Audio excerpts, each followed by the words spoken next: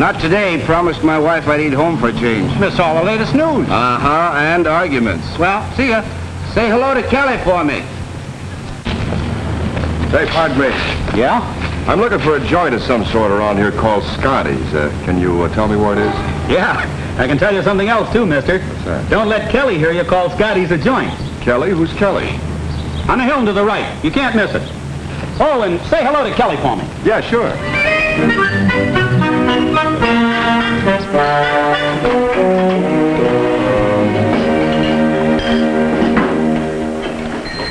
Hiya, Russ. Hi. Oh, Pete. Hi, Johnny. Change, Kelly. Change, Kelly. I must be getting old. I keep hearing echoes. Did you get your message on the board, George? Yeah, I saw it when I came in. Good. 85, 90, $1. Thanks a lot, George.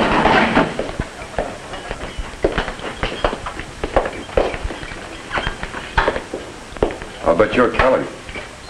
Well, you wouldn't want to bet with me. I happen to know. I might have guessed it. What'd you say? I was looking for a superintendent named Paul Todd. I was told I'd probably find him in here. Well, no, he's not here now, but he usually comes in about this time. Oh, well, I guess I'll wait then. All right. Could I trouble you for a cup of coffee? Trouble? I brought you some more coffee, Kelly. Oh, good. Hey, how about a cup of coffee, huh? Good and hot, easy on the cream, heavy on the sugar. No trouble at all. Russ, how about those twins of yours? They've been saving a page one spot for the news, you know. Any day now. Hey, Bill. Yeah. What's all this about? Oh, well, that's all I know about it, just what it says there. Hey, you got a cigarette? Oh, thanks. I understand they've already had a program on steel, one on automobiles, now it's railroads. That I want to see. Well, thanks, Pete. Well, why not? After all, what's more important to the welfare of people and business than the railroads? Sure, but how can they tell the story of the railroads in one program? Maybe it was 6, but one? I've been talking railroading to my wife for 20 years. I haven't repeated myself once. Not funny? Not funny. Well, what's so hard? I got all they need for a TV show. Look, every hour, 1,000 trains leave somewhere for somewhere. 4,500 carloads of freight are shipped. 4,500 are received. 15,000 railway express shipments are handled. 1,300,000 pounds of U.S. mail. Yeah, every hour. Scotty, you and your facts and figures. Yeah, well, it comes easy after listening to you guys for 15 years. Here you are. Oh, thank you. Say, what's all the fuss about? Fuss? What fuss? never rode this. What do you mean it's always like this in here? This. You should be here when they start discussing baseball. Or better yet, Congress. Like I was telling my brother-in-law from Detroit. Oh, I forgot your spoon. Back on track one, boys. Like I was telling my brother-in-law from Detroit. Sure, I said, automobiles are mighty important. But how would they make them if it wasn't for the tons of steel the railroads hauled to your factory? Yeah, 25,000 tons a day, along with 450,000 square feet of plate glass, 900,000 pounds of copper, and... Oh, sorry, Russ. Why pick autos? Bill? Hey, Kelly. How would you make anything without railroads? Refrigerators, breakfast food, airplanes, you name it. Here you are. Tell me, don't you get tired of railroad talk in here all the time? No, I like it. Why? Oh, just curious. You see, I'm not a railroad man. Oh, not really. So maybe it's hard for me to swallow all this talk about how important railroads are. After all, almost everything I buy seems to be delivered to my house by truck. Mm-hmm. After it's first been hauled by railroads about 100 or 1,000 miles. Change, Kelly. Excuse me. Who's the city boy, Bill? Never saw him before. Maybe they ought to put a memory genius like Scotty on this TV show. Hey, how about that? Oh, he's only kidding, Scotty. No, maybe some MC fella gets me up there and asks me questions about the railroads. Tries to stop me, see? Might be terrific. I'll take wrestling. Maybe they'll call me the human encyclopedia. Oh, brother. How much railroad track in the nation, maybe this fella asks. Right off, I tell him. Nearly 400,000 miles. How much freight do the railroads haul? More tons of freight, more miles than all other forms of transportation put together. How much taxes do the railroads pay in a year? $1,250,000,000. How much does it cost to haul a ton of freight a mile by railroads? Averages less than 1.50 cents. You can't stop me, you see? Then maybe he turns to the studio audience and he says, anybody in the audience got a question to ask? Yes, I have. What happened to those ham and eggs I ordered? Coming up. But don't forget, these are hauled by the railroads too. Yes, I know.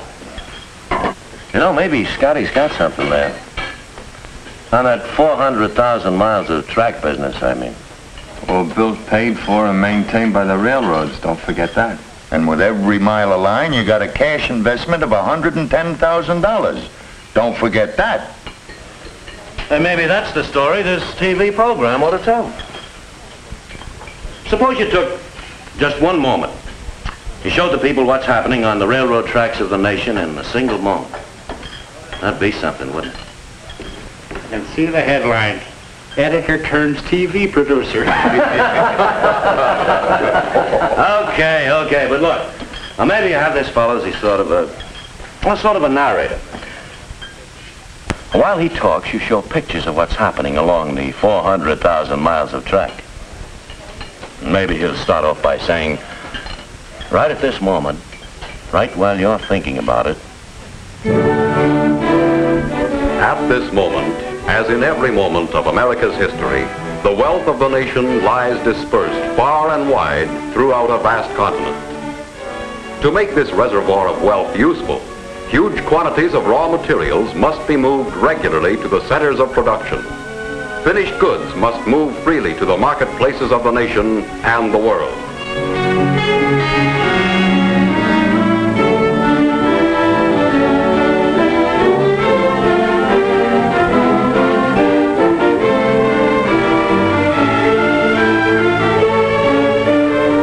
In the endless and indispensable movement of materials and goods, the greatest role is that played by the railroads of America.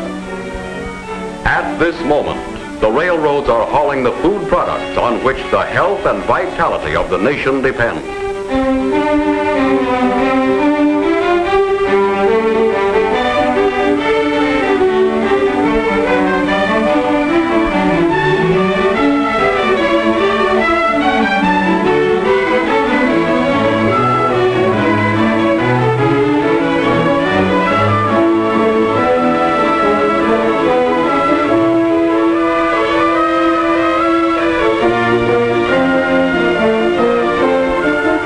This moment, the railroads are moving the endless variety of raw materials which the industries of the nation will refine, convert, fabricate, process, and manufacture.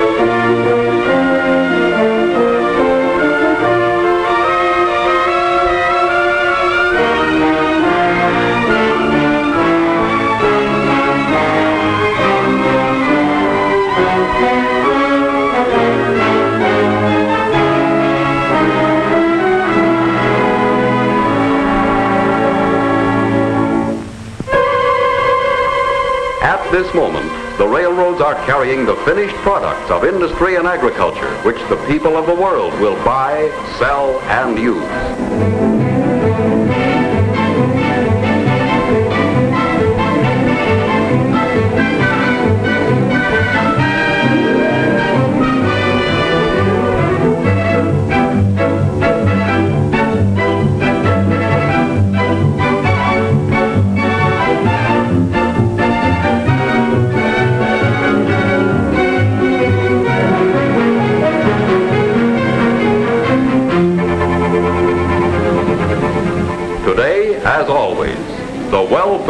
nation depends upon its railroads.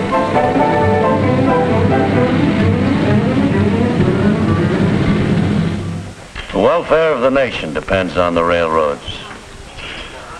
I wonder just how many people up and down all the main streets realize that.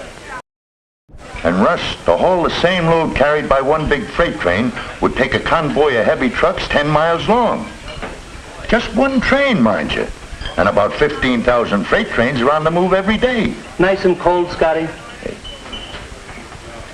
Tell you what I wouldn't mind them showing on TV.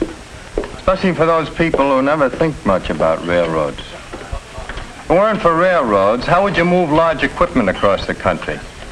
Like that, for instance. Or something that size. As long as you're talking about the hauling jobs the roads do, how about mail? About 90% of all intercity mail is carried by the railroad. And what's more, Uncle Sam paid the railroads less to move that 90% than it cost him to move the remaining 10. And don't forget Express. The railroads pick up and deliver over 350,000 express packages a day. Kelly, how about another cup of coffee? Oh, sure. Say, you know, I've been thinking about that remark you made a few minutes ago. About railroads being overrated? Yes. Oh, don't get me wrong. I know that they've been important, at least in the past. But this is a modern age, and Oh, and I suppose railroads aren't modern.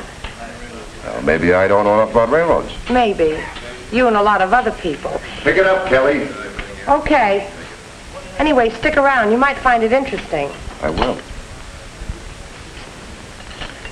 You know, there's another story they could put on TV. See you later. So long, Pete. Yeah. About all the advances the railroads have made. Correction. Are making all the time. At a cost of over $1 billion a year. And all their own dough. I mean, private capital. Today, you've got more tonnage moving in a single train, faster movement of freight. Why? Why? A whole fistful of reasons. And I'll tell you one of them. Power. Take the new diesels. They've speeded up switching and train makeup operations. And at this moment, new diesel power is pulling greater tonnage trains than ever before. And pulling freight at passenger train speeds, too. Diesels are hauling 3/4 of the nation's rail traffic. And even newer types of power are being tested all the time. Right along with the new motive power, you can talk about the advances in air brakes. Added power made faster, heavier trains possible. Advances in air brakes make it practical. The force it takes to stop a freight train going 60 miles an hour would be enough to lift that whole train 10 stories in the air. That's a lot of force. How many people realize that with a simple movement of a single lever, an engineer can put that kind of force into action? With just one lever, he has complete and positive control of the longest and heaviest freight train on the steepest grade.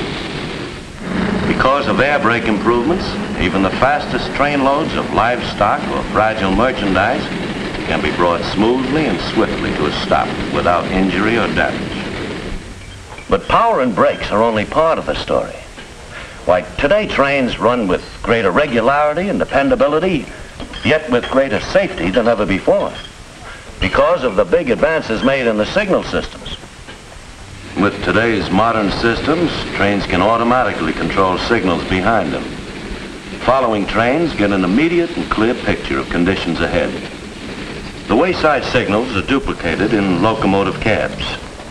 Regardless of outside conditions, the engine man always has a clear vision of the signals which ride with him in the cab.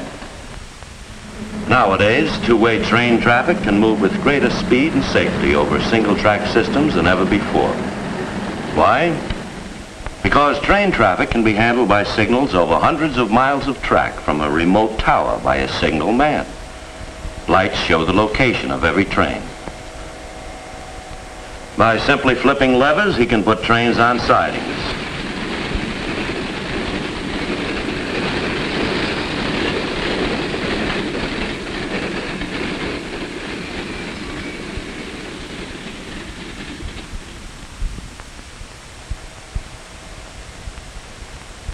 And allow others to move by in the opposite direction on the main line.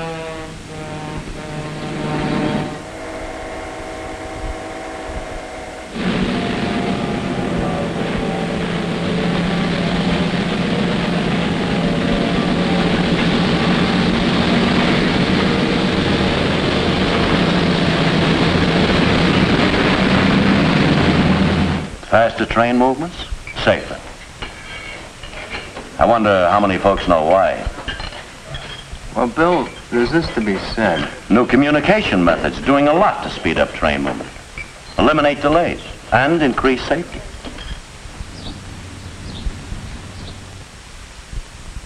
Okay, Dick. Flagman's back on. Right. Eastbound 9696 to eastbound 9541. Okay, eastbound 9541. Everything looks good. Okay, 9694. Putting you on a siding at Quentin. Conductor 9604 to Great Tower. Cattle on the track. Had to stop a mile south of Crooks Road. Just another example of modern methods the railroads use. You're right there, Bill, and what's Now, more... there's more to the story why freight shipments are moving faster today. Right at this moment, improved systems for classifying cars. Freight cars can be classified at the rate of 1 every 12 seconds by a single operator in a tower. He pushes various speed selector buttons and retarders grip freight wheels with the exact amount of pressure to slow the car down to the speed the operator selects. It's a long story, the story of the advancing rails. I'll say it's a long story. Yeah, and it could go on, too, about rails, roadbeds, and routes. The new rails you have today are heavier, sturdier, and made of better metal. And the new roadbeds being put down, how much faster they're made. How much faster rails are being laid because of modern mechanized equipment. New rails, new roadbeds, new track laying methods, grades reduced, sharp curves eliminated, so that goods and people move more smoothly, safely, and faster than ever before. This TV program ought to have the story on modern passenger service. How many people know that they can enjoy the same comfort on trains as in their own living rooms? And the same kind of safety, too.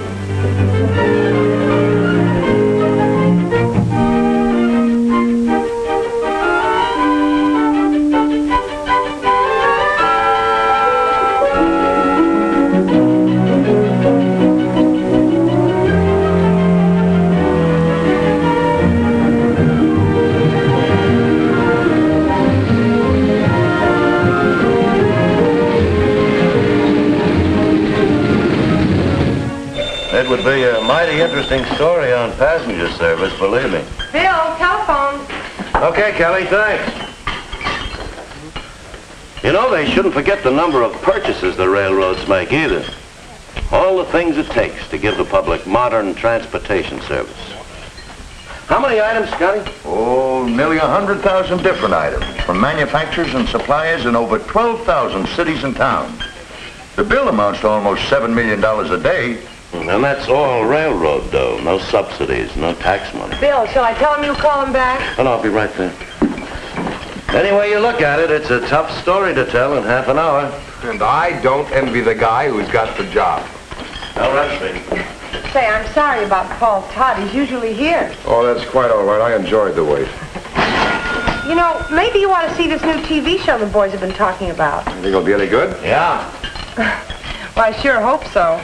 I hope so, too. $25, $50 a dollar. Thanks a lot, and stop back again sometime. Well, thank you. I might surprise you and do just that.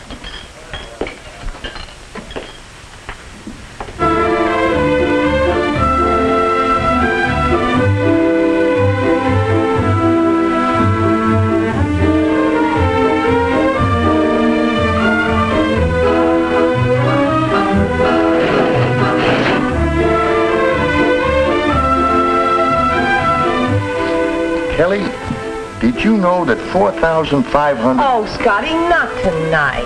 Now, figures don't lie. Why, thank you, Scotty. Good night, Kelly. Tonight we bring you another in a series of public service programs featuring the American private businesses upon which our whole way of living depends. This is a story which begins in the research centers and laboratories of railroads, railroad associations, universities, engineering societies, and in the research facilities of thousands of suppliers and manufacturers. This is the story of the advancing rails, It's an important story, for no matter who you are, where you are, or what you do, the railroads influence your life and the way you live. Tonight we present the story of the nation's railroads, a story happening at this moment. Hey, that fella's face looks mighty familiar. It should. Isn't that the fellow who was having coffee here a couple of weeks ago when we were all That's talking him. And if you ask me, he's a wise guy. Hey, look, Bill. They're doing just what you were talking about. Look at that.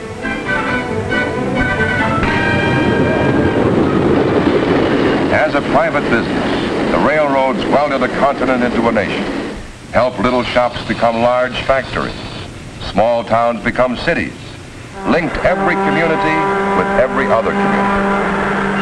The welfare of other businesses and the welfare of the nation's people have and always will depend heavily upon the railroads continuing to operate as a private business, continuing to advance, continuing with these advances and as private businesses to help keep the nation prosperous in times of peace, strong in times of emergency. Under a free and enterprising system of business operation, the railroads can serve you best at this moment and as they work on through every moment of every day and night.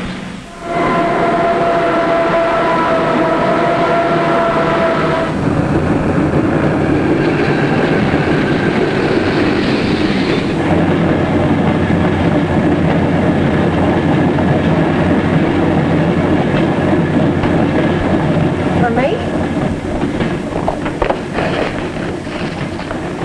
Hey, Kelly, I don't think that fella's a wise guy. That program's good. Kelly, I hope you find the TV program as good as I found your coffee and Irish advice. John O'Shea. Well, kind of a nice wise guy anyway.